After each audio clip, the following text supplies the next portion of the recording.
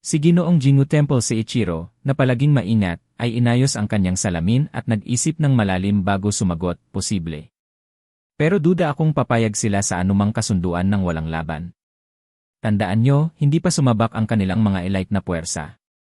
Itinaas niya ang salamin at nagsalita ng mariin, ang mga tropang ipinadala nila. Vanguard lang iyon. Isang pagsubok sa lakas natin. Sa susunod, 6 na pangunahing investigation teams ang haharap sa atin. Si Tsukamoto Nobunaga, na tahimik lang na nagmamasid, ay iniangat ang tingin kay Phoenix Ren at Ginoong Jingu Temple Seiichiro. Unti-unting bumigat ang tensyon sa silid, ngunit ang mga ngiting pilit itinatago ng ilan ay nagbabadya ng kanilang determinasyon. Nagpatuloy si Jingu Temple Seiichiro, seryoso ang tono, hindi basta-basta ang kaharap natin. Ang mga special operations team nila. Nasa ibang antas ang lakas nila. Brutal ang susunod na laban. Sa kabila ng babalang iyon, mas lumapad pa ang ngiti ni Phoenix Ren. Tumitibok ang kumpiyansa sa kanyang boses habang sinasabi, hindi ba't ito naman talaga ang pinasok natin? Kung gusto nating magtanim ng ugat dito, kung gusto nating magkaroon ng sariling pwesto, kailangan nating harapin ang mga hamon ng direkta. May kirot ng pagmamalaki sa kanyang mga mata habang mariing sinabi, isipin niyo si Columbus. Natuklasan niya ang isang bagong mundo at binago ang daloy ng kasaysayan, kahit kinailangan niyang lumaban para makarating doon. Oo, hindi madali. Delikado. Pero ang nadiskubre niya ay nagdala ng kayamanan sa kanyang bayan. Itinaas niya ang boses, ang mga salita niya ay nagbigay siklab sa damdamin ng lahat. Ganoon din ang magiging kwento natin. Mga pasimuno. Lilikha tayo ng kasaysayan.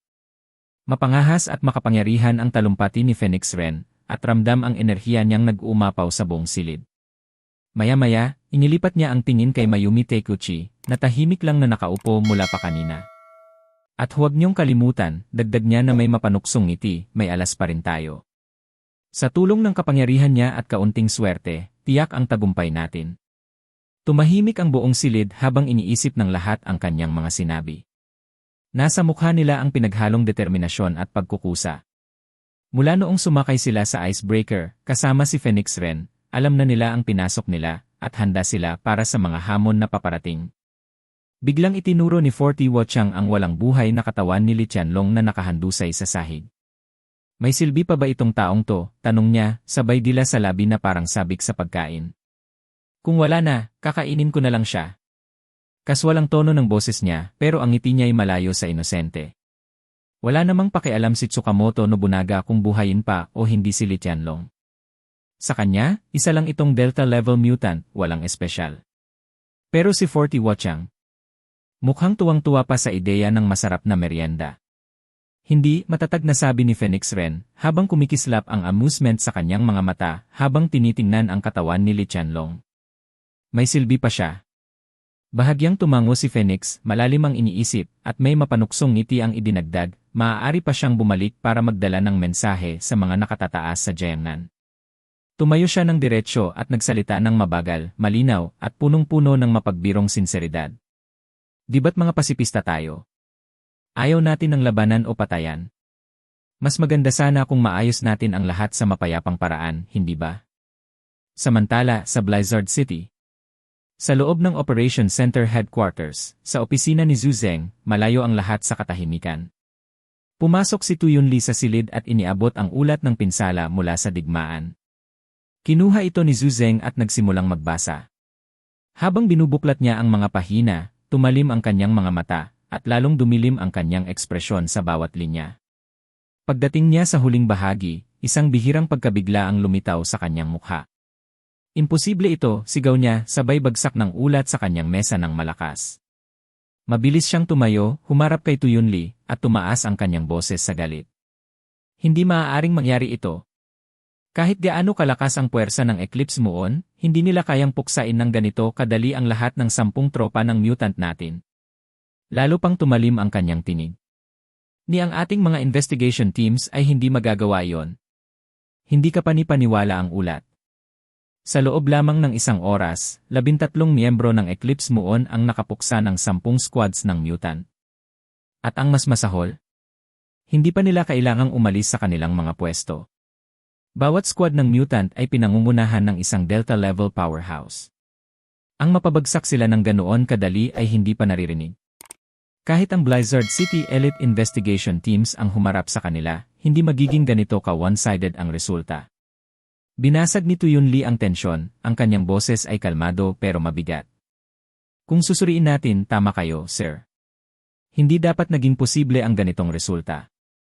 Huminto siya saglit, dumilim ang kanyang ekspresyon bago ipinaliwanag. Nasa teritoryo natin sila. Nasa atin ang home field advantage, ang tamang oras, tamang lugar. Dapat tayo ang may bentahe. Sa pinakamalala, minor na pinsala lang sana ang natamo natin. Tumingin si Tuyun Lee sa ulat na nakakalat sa mesa bago nagpatuloy. Pero hindi iyon ang nangyari. Sa halip, nawala ang lahat sa atin. Ang tanging paliwanag ay nakuha nila ang impormasyon natin. Sumingkit ang mga mata ni Zhu Zeng, malamig at matalas ang boses. Kung may gusto kang sabihin, diretsuhin mo na. Wala akong oras para sa mga palaisipan. Tumango si Tuyun Lee. Dalawa lang ang posibleng dahilan. Una, may traitor sa War Department na nag-leak ng lokasyon at plano ng mga mutant squads natin, panandali ang huminto siya, hinayaan ang bigat ng kanyang mga salita na lumubog sa isipan ni Zhu Zeng.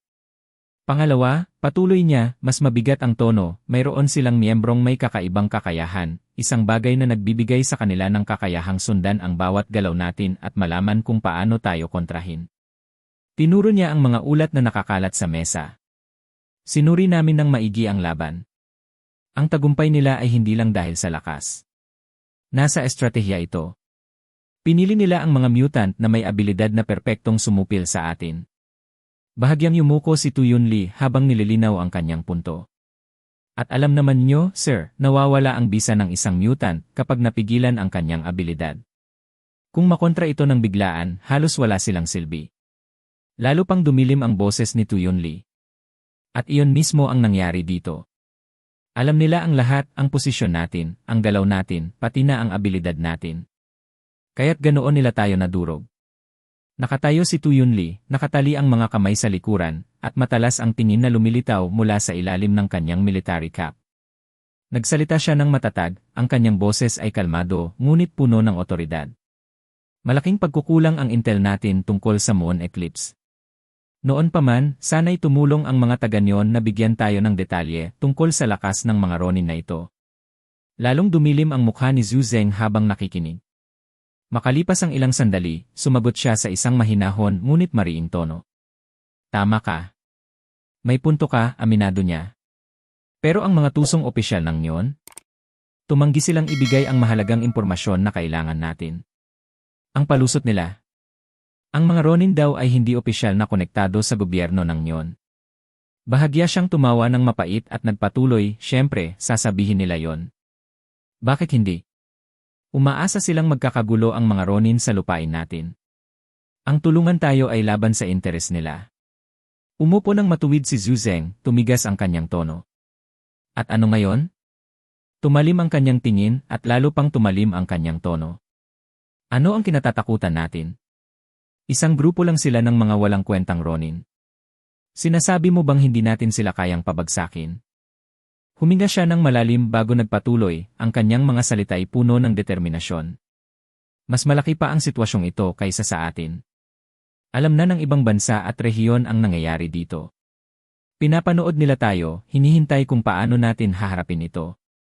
Nakaigting ang kanyang kamao habang bahagyang yumuko. Kaya't kailangan nating manalo. At hindi lang basta manalo, kailangan nating durugin sila, buo at walang bahid ng kapalpakan. Kailangan malaman ng lahat ang lakas natin. Nagniningas ang mga mata ni Zhu Zeng habang tinapos niya ang kanyang sinabi, ang kanyang boses ay punong-puno ng tiwala. Dito sa lupa natin dapat bumagsak ang mga Ronin sa pamamagitan ng mga kamay natin. Doon lang tayo makakapagpadala ng malinaw na mensahe. Doon lang magdadalawang isip ang mga karatig bansa natin bago tayo hamunin. Hanggang dito na muna magtatapos ang ating kwento para sa araw na ito. Maraming salamat sa inyong panunood. Huwag kalimutang i-click ang subscribe button at i-on ang notification bell para hindi niyo ma-miss ang mga updates. Babalik ako bukas para sa isa pang kapanapanabik na episode. Hanggang sa muli, ingat kayo at tandaan, ang lahat ng problema ay may solusyon, at huwag mo nang paabutin pa sa Rafi.